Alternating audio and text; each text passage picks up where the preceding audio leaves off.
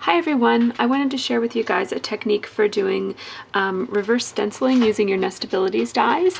And you'll see that on this card, this Nestability die here has a really crisp, sharp border all the way around the edge. And what I did was I actually inked up the die before I ran it through my grand caliber. And so this is a technique that I've been using for a while, and I realized that I don't think I've shared it with my YouTube followers. So I'm going to show you how to do it today. This is just another example of a card I made quite some time ago with a pink, and so it has a more subtle effect because the ink is a more similar color to the background. And so that's another look that you can get. And I think this is also a softer color ink. And then just to contrast it with, this is the look that you get when you just use a sponge and really carefully just kind of go around the edges. So you'll notice that you don't get that crisp edge when you use that kind of a technique. It's more of a soft, smoky look, which is also really nice. I use that. As you can see, I use both techniques. Oops, and so this is the different, oh, can I get them both in frame at the same time? I don't think so. There.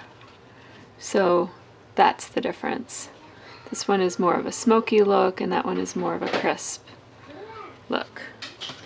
And then this is another example of just that smoky. This isn't even more subtle. It's not even, it's more just distressed than it is inked.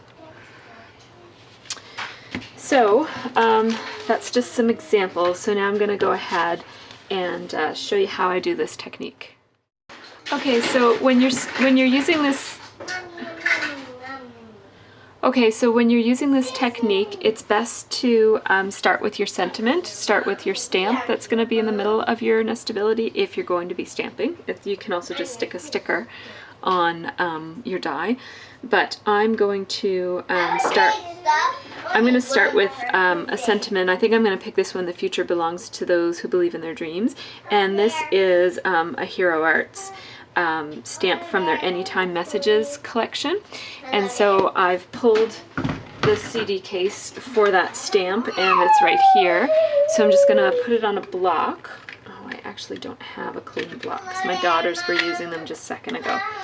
Hang on.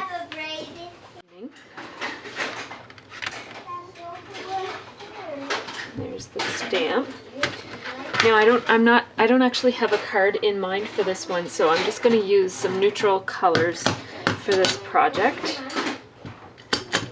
So I'm just using black VersaFine ink.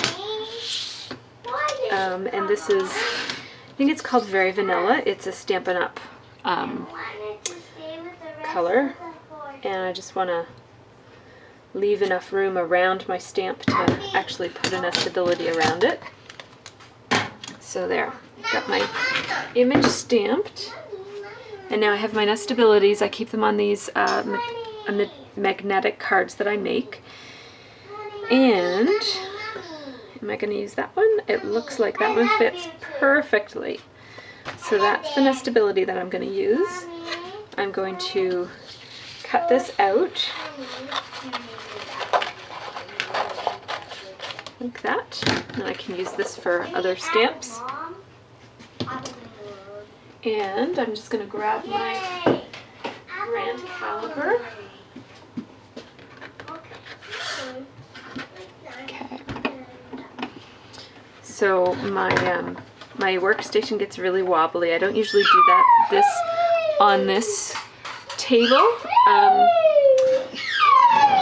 Because it's quite wobbly, I usually do it on my island, but my video camera sets up better here, so this is where I'm doing it. So what you'll need is you'll need your base cutting, and you can do this in the Cuttlebug or the Sizzix Big Shot or whatever you've got, but if you're using the grand caliber, you'll need all three mats that it comes with. So the base plate, the cutting plate, the pink embossing plate, and the tan mat, which over time just seems to stick to the pink, which works really well. It makes it convenient. It's like you're grabbing one thing instead of two, which is great. And you'll also need a piece of scrap paper that's cut to size. I just keep one that's cut to the same size as my plates because it's messy, and my Cuttlebug plates got really messed up. I'll just show you. My Cuttlebug plates got really messed up. Of course I can't find the messy part. But see, the pad for my Cuttlebug got really messed up, and it will transfer onto your projects over time, so you want to make sure that you don't actually have this happen. So, and you also will probably need a piece of Scotch tape. And I use the Scotch tape that's not so tacky.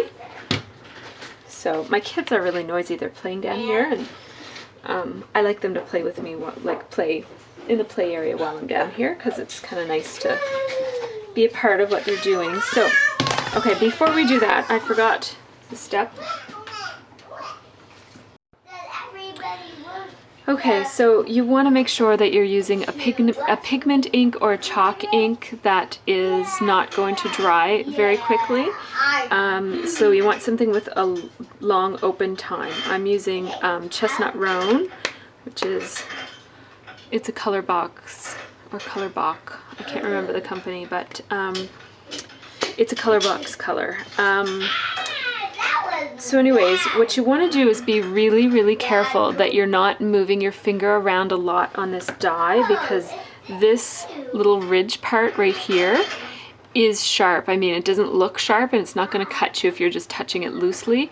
But if you're like putting a lot of pressure on your finger while you're holding it down like this, to do this, and if your finger moves back and forth, you will get tiny little slices in your finger. They won't, not deep enough to bleed or anything, but you'll wind up with a whole lot of little microscopic cuts, which I think are probably not a good idea to have. So I speak from experience, so be careful when you're doing this. Hold your finger in one spot on the die and just hold it in place, and you just dab, and I rub kind of this way to make sure that I'm getting that whole inside edge. You'll get some on the outside edge too, but your goal is to get this inside edge covered with the ink.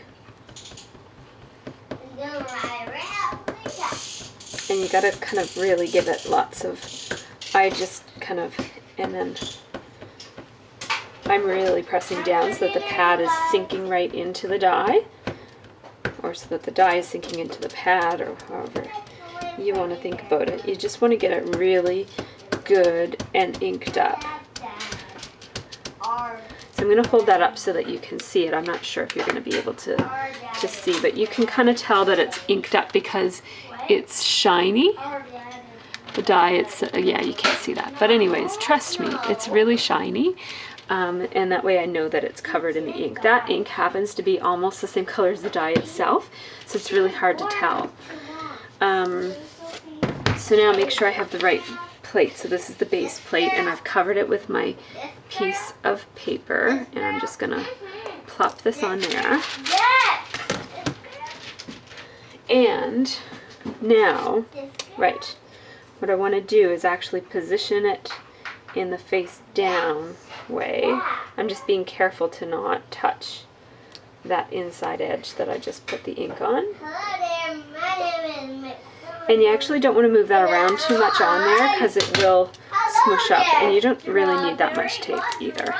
So, and I just find a tiny amount of tape to just hold it in place is fine.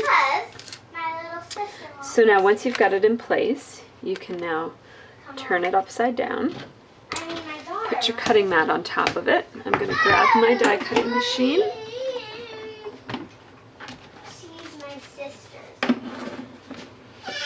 And put it through like this. So again, sorry, this video is going to be wobbly because my table is not very sturdy. It's fine for working on, but I don't usually use die cut machines on it. Okay, so I'm going to keep that there. So now what I do is I take off the cutting plate.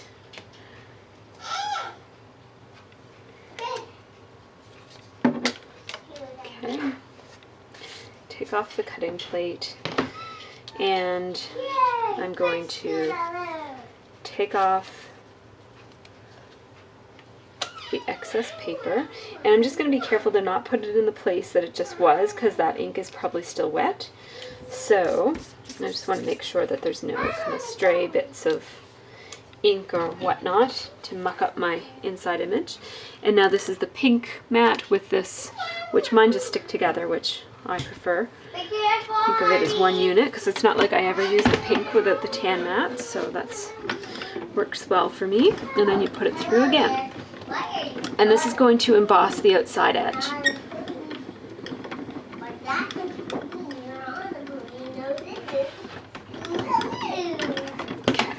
There we go. Don't need this anymore. Alright. No, I had to do it. I had her first. She's our home. And now, look at the image that you get. Isn't that something? It's really, really pretty. Hang on. While that ink is still wet, I'm just going to clean my embossing mat. I'm just using a baby wipe. Who's in that pasta? Because I really don't want the same. I suppose you could probably put another piece of paper on this, but I've found that this just wipes up quickly as long as you do it as long as you do it right away. This is kind of getting a little wonky. There. Okay. So now I have this really nice embossed and inked die cut piece. And the last thing that you need to do is I just grab the same piece of wax paper, fold it so that I'm working with the clean surface, put that die on there, and then I take 2 baby wipes. Because as I mentioned, you don't want to cut up your finger, and this baby wipe, the cleaning process, the die tends to move around under your hands, and this, like holding it with one baby wipe and cleaning it with the other, really just protects your fingertips so that you don't get grooves in your fingertips. So there you go. There you go. So the die is perfectly clean now. I can put it back on its little mat where it belongs. And I'm left with this awesome little die cut image. Really, really cute. Thanks for watching.